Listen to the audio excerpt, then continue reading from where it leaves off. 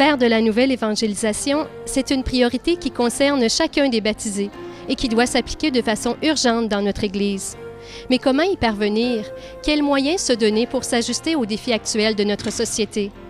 C'est sur ces questions qu'ont réfléchi près de 500 personnes lors d'un rassemblement annuel diocésain tenu au Montmartre canadien à Québec, sous l'invitation de notre archevêque, Monseigneur Lacroix. Voir et découvrir ensemble, croire et vivre au cœur du monde. Cette année, notre rassemblement diocésain pour le mouvement d'évangélisation a choisi comme thème « Cœur en cœur ».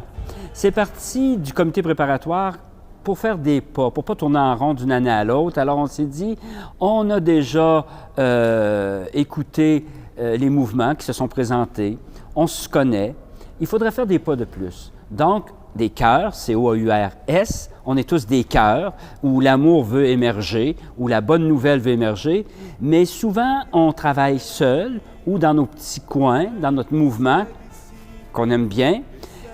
Il faudrait faire un pas pour voir aussi, comme un cœur, C-H-O-U-R, pour en arriver à une harmonie. Cœur en cœur. L'Église, c'est un grand chœur de chant. C'est une grande chorale.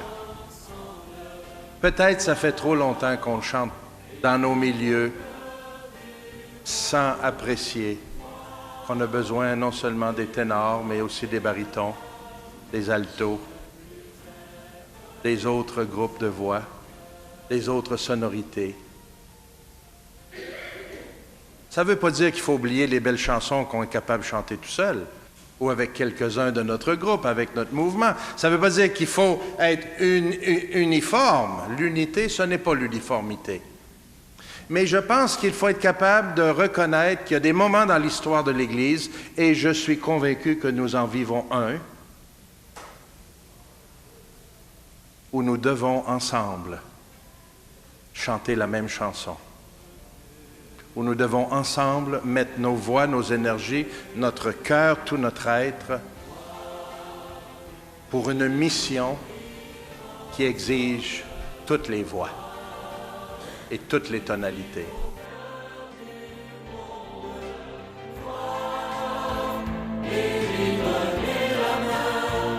La nouvelle évangélisation, pour moi, c'est quelque chose d'assez précis.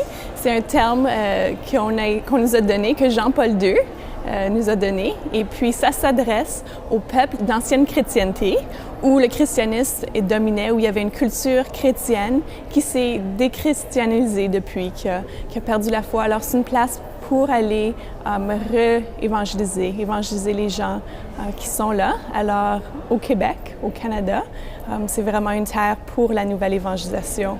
Comment faire du neuf? C'est-à-dire, l'Évangile est toujours nouveau. Mais Jean-Paul II disait « nouvelle évangélisation par son ardeur, par ses moyens, par son langage ». Nouvelle parce que quelqu'un qui rencontre vraiment Jésus-Christ, ça doit paraître dans sa vie. Peut-être qu'autrefois, c'était un engagement quasiment social. Aujourd'hui, non. Croire en Jésus-Christ, ça doit paraître. Avoir l'audace d'annoncer Jésus-Christ par notre vie, par nos valeurs, par notre engagement, à travers des moyens nouveaux, que ce soit la communication, l'Internet, etc., et un langage nouveau aussi.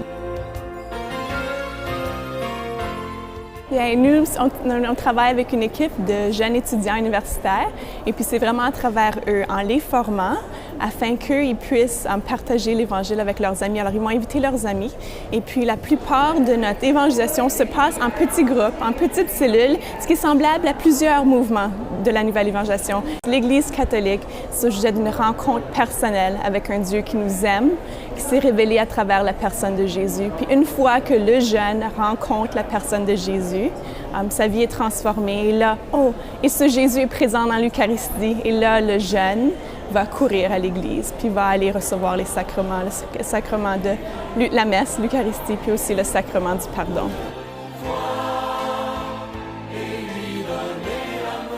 On redécouvre l'urgence de mettre la parole de Dieu au cœur de nos rencontres dans l'Église. Se nourrir de la parole, se nourrir de Jésus-Christ. Et c'est déjà un chemin de renouveau. On peut dire aujourd'hui une quarantaine de mouvements. Et tous ces mouvements-là qui sont ici ont leur raison d'être. Autant, voyez-vous, des nouveaux mouvements comme le NET, par exemple, Nouvelle évangélisation sur le terrain, qui s'adresse à des adolescents qui vont aller évangéliser, c'est des jeunes, ça, bon, qui vont aller évangéliser dans les écoles, dans les terrains de jeu, tout ça.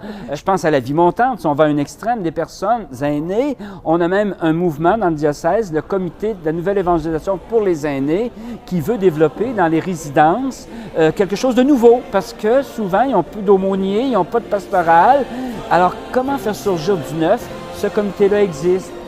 Et même si nous mettons toutes nos ressources ensemble, même si nous travaillons du mieux que nous le pouvons dans la communion, dans l'unité, l'harmonie, sur tout le territoire du diocèse, ce sera insuffisant.